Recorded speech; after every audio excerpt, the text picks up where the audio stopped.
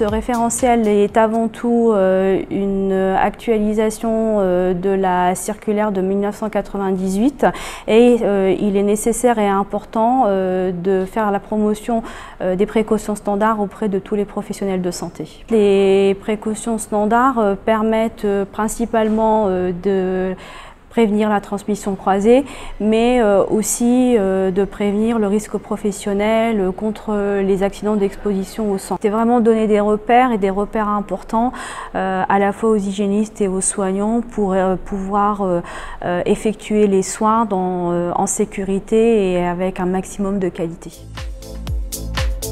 Il y a bien évidemment les 4 axes classiques: hygiène de main, équipement de protection individuelle, prévention des AES et gestion de l'environnement et du matériel. Donc ça, c'était dans le texte de 98. On y a apporté 3 axes nouveaux. D'abord, tout ce qui est champ d'application et stratégie de mise en œuvre au niveau des établissements, c'est très très important.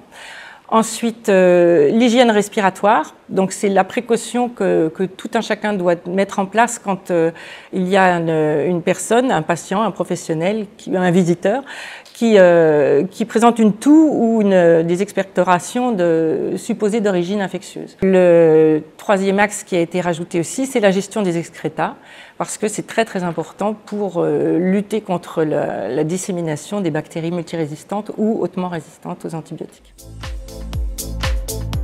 Voilà, ils ont rajouté des choses comme l'hygiène respiratoire. On l'avait dans les précautions respiratoires gouttelettes, mais là, c'est vraiment en hygiène de base. Et aussi tout ce qui est gestion des excrétas, qu'on pouvait retrouver quand on disait qu'il fallait porter donc, un tablier et des gants quand il y avait des risques de projection avec des liquides biologiques. Mais là, vraiment, c'est mis dans l'hygiène de base, la gestion des excrétas. Donc là, c'est les 2 points. Voilà que je trouve positif. Qu'est-ce que vous pensez de ces nouvelles recommandations? Elles sont excellentes finalement. L'idée de vouloir, limiter les accès ou le transport finalement des liquides biologiques vers la toilette, c'est une très bonne idée en ce moment. Ça nous amenait beaucoup de problèmes avec cette façon-là au Canada. La gestion du liquide par les hoses et tout ça, c'est une des meilleures idées en ce moment qui va vous aider beaucoup ici en France. En quoi vous allez aider les professionnels à appliquer les précautions standards? Par une nouvelle façon d'aborder la chose. On cherche à garder le liquide biologique alentour du lit du patient. Et avec le concept qu'on a au Canada, ça fonctionne très très bien depuis 10 ans. Et je crois qu'en France, cette idée est déjà acceptée et évolue très bien. Parce qu'aujourd'hui, vous avez beaucoup de recommandations qui viennent des US. L'OMS aussi qui en publie et en français, mais je pense que la France, vu le niveau de sa gestion du risque infectieux, là où on est aujourd'hui, mérite d'être mis en avant. Je pense que là, du coup, il n'y a plus aucune ambiguïté dans les termes et dans les recommandations.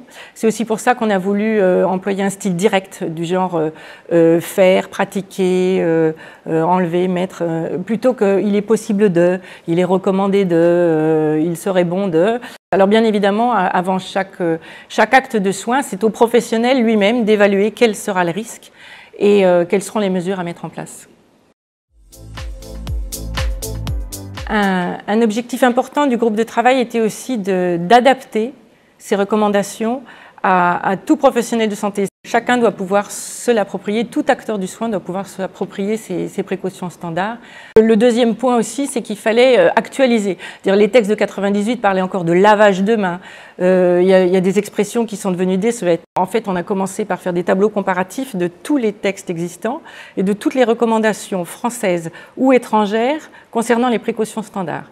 Donc on a fait de l'exégèse, en fait, par un grand tableau pour pointer toutes les discordances ou tous les ajouts, les retraits, etc. Il fallait rester compatible aussi avec les recos vraiment très visibles que sont celles du CDC aux États-Unis ou les recos de l'OMS. La littérature a apporté des preuves qu'il a fallu aussi intégrer à ces nouvelles recommandations. Et il a fallu argumenter les choix faits par le groupe consensuellement de garder tel ou tel item ou de rédiger de telle ou telle façon. L'autre difficulté, ça a été aussi d'être le plus pratique possible pour que ce soit accessible avant tout aux hygiénistes, mais aussi aux soignants, puisque les précautions standards sont destinées principalement aux professionnels du soin. Les précautions standards sont la base des pratiques et pourtant on se rend compte qu'en fait l'observance elle n'est pas si bonne que ça. L'un des travaux qui a été relativement difficile, ça a été d'essayer de simplifier et de clarifier au maximum les recommandations pour qu'elles puissent être accessibles.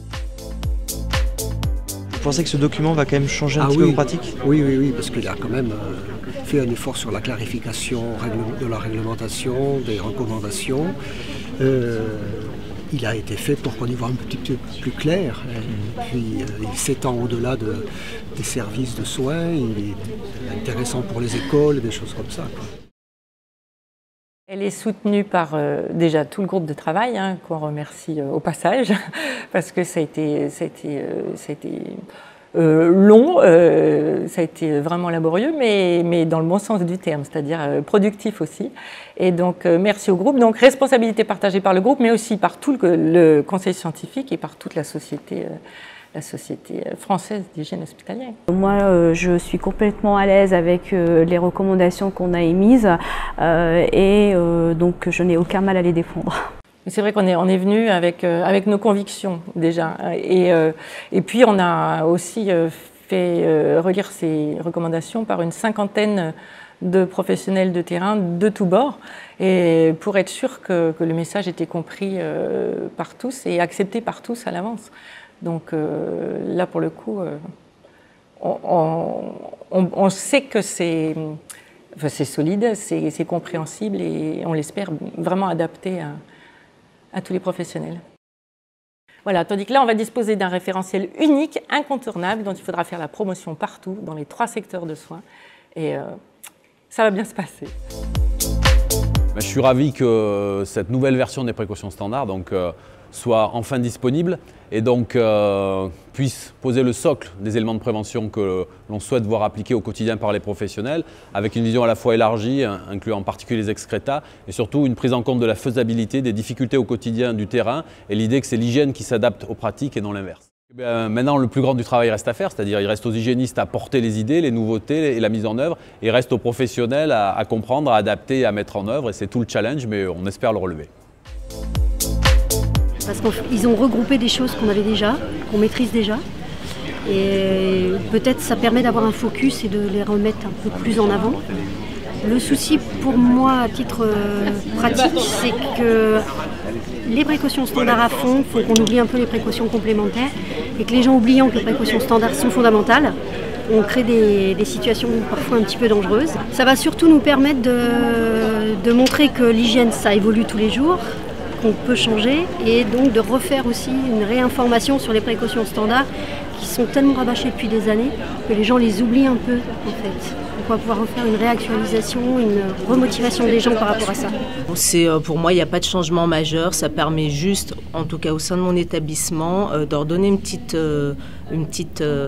une occasion de recommuniquer, voilà, avec c'est de la mise à jour. Ça permet il n'y a pas de vraie nouveauté, mais c'est agencé différemment. Donc il y a des choses qui sont regroupées. On met en avant les excrétas. Donc c'est plus ça. On se rend compte que globalement, si les précautions standards étaient réellement appliquées, si elles étaient respectées, on pourrait prévenir largement la diffusion d'un certain nombre de micro-organismes, d'où l'intérêt d'être vraiment clair et de donner des repères qui soient faciles à intégrer pour l'ensemble des professionnels. Avant, on avait les 4 mousquetaires, maintenant on a les 4 tout. Tout soin, tout lieu, tout patient, tout professionnel.